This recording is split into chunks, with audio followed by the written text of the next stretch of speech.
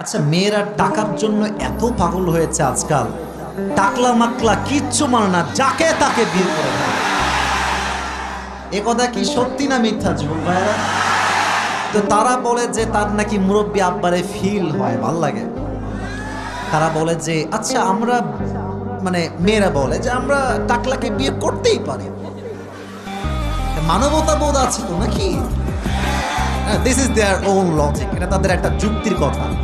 তো আমারও একটা লজিক আছে। আচ্ছা, তোমার এত ভালোবাসা বুইড়ার প্রতি, তুমি টাকাওয়ালার প্রতি কেন আসে? এই যে গরিবগুলো মুরব্বী আব্বাজানরা আছে, এদের প্রতি তোমার ভালোবাসা থাকে না কেন? বিয়ে করতে মন চায় না কেন? বলো বলো বলো বলো।